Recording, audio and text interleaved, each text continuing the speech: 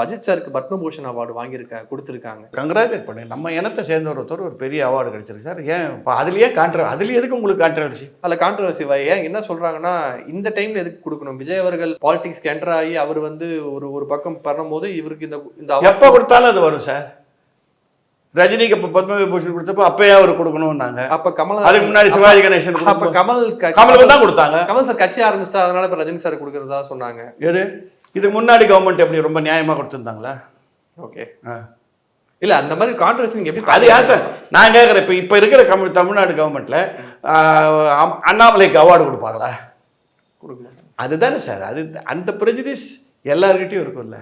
Okay, Amitabh பச்சனுக்கு தான் கொடுத்தாங்க காங்கிரஸ் கவர்மெண்ட்ல. சார் ஷாருக் கானுக்கு தரல அப்படிங்கிற மாதிரி ஒரு இது அது ஓடிட்டு இருந்தில்ல. அப்போ அது டெஃபினட்டா நம்ம இனத்துல ஒருத்தனுக்கு கிடைச்சதுன்னு சந்தோஷப்படுங்க சார். சிவாஜி கணேசனுக்கு பெஸ்ட் ஆக்டர் அவார்டு இது வரைக்கும் கிடைக்கல. ஆனால் தாதா சாஹேப் பால்கே கொடுத்தாங்க. We are happy.